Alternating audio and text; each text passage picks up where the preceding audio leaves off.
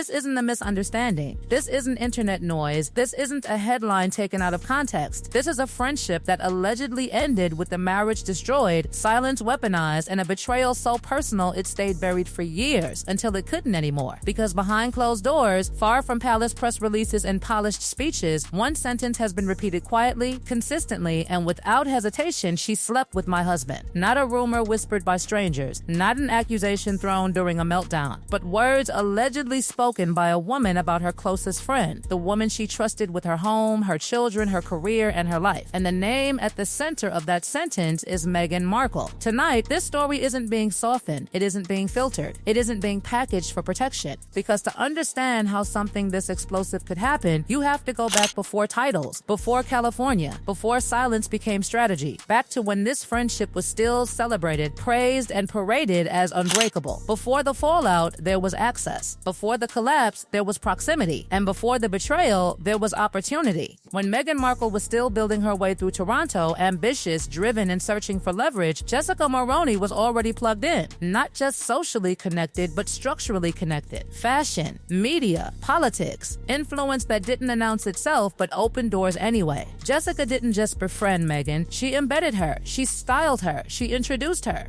She brought her into rooms Meghan wouldn't have entered alone. Private gatherings, media circles, political adjacency, not casual brunches, strategic positioning. And Jessica wasn't acting alone. She was married to Ben Mulroney, a broadcaster with a surname that carried weight, lineage, and reach. This wasn't celebrity friendship energy, this was infrastructure. Vacations together, constant calls, public praise, private loyalty. When Meghan's life began shifting, when a British prince entered the picture, Jessica was reportedly one of the first people she leaned on. Her children walked at the royal wedding, cameras rolled, history was being made, and Jessica was right there in the frame. But friendships built on access don't break like ordinary friendships. They fracture, and fractures don't start with scandal, they start with imbalance. Because people close to this circle noticed something early on, Jessica gave more than she received. She offered wardrobe access, credibility, emotional insulation, introductions that mattered. She smoothed paths during the most delicate transition of Meghan's life, protecting optics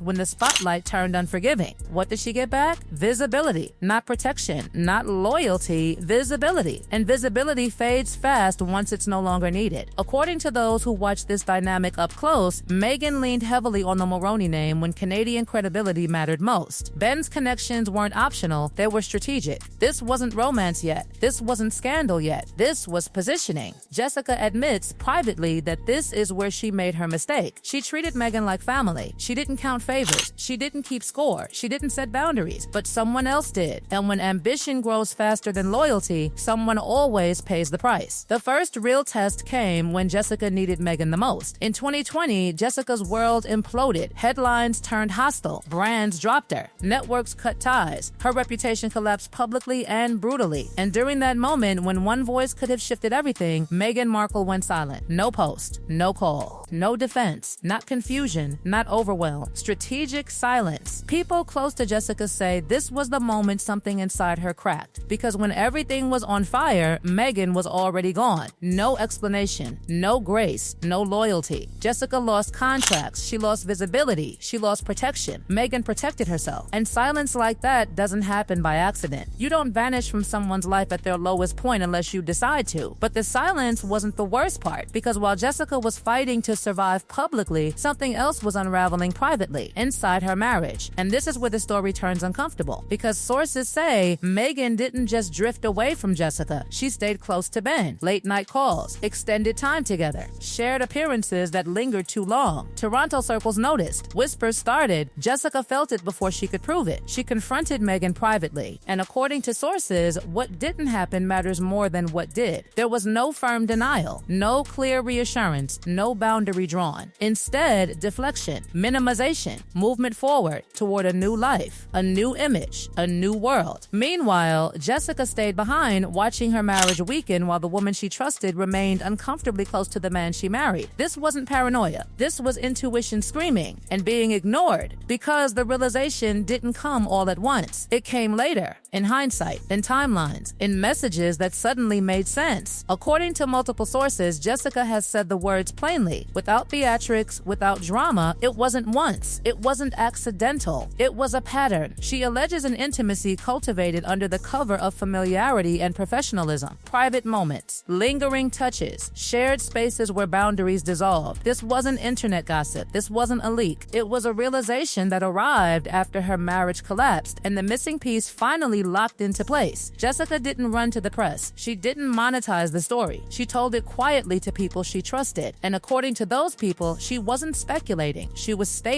not just betrayal, but infiltration. A friend entering a marriage, using proximity, taking what she needed, walking away when the damage was done. And this is where the story stops being deniable. Because on the surface, Meghan Markle sells empowerment, sisterhood, advocacy, solidarity. But people who've watched her inner circle shrink say there's another version, one that doesn't make speeches, one that forms alliances quickly, extracts value efficiently, cuts ties cleanly. Jessica wasn't the first to feel it. She may simply be the most devastating example. And this is only the beginning. By the time the friendship officially ended, there was nothing left to salvage, only damage to measure and silence to interpret. Because when Jessica finally looked back at the years she spent protecting someone else's image, a pattern became impossible to ignore. Relationships that once burned bright around Meghan didn't just cool, they vanished. One by one, women who had opened doors, offered credibility, or shielded reputations found themselves erased. No public fallout, no dramatic goodbye, just distance followed by disappearance. Jessica's accusation doesn't sit in isolation. It lands inside that pattern like the final piece of a puzzle no one wanted to complete. This wasn't about jealousy. This wasn't about resentment. This was about behavior. And behavior repeated long enough stops being coincidence. What made this story especially dangerous wasn't volume, it was restraint. Jessica didn't scream. She didn't threaten. She didn't leak recklessly. She watched. She waited. She rebuilt quietly while others assumed the silence meant nothing existed. But silence doesn't mean forgiveness. Silence means control. According to people close to her, Jessica kept records, messages, dates, overlaps that couldn't be explained away once placed side by side. Moments that once felt confusing suddenly aligned with brutal clarity. And when her marriage officially ended, the truth didn't feel shocking anymore. It felt confirmed. What's striking is how little effort has been made to shut this down. No direct denial, no timeline rebuttal, no firm pushback, just the same strategy that's been used before: ignore it and hope it evaporates. But stories like this don't disappear. They ferment, especially when they're already circulating inside elite social circles where people don't speculate, they remember. Toronto insiders talk quietly, not emotionally, factually. People who knew both sides, who saw the closeness, who noticed the shift long before headlines ever caught on.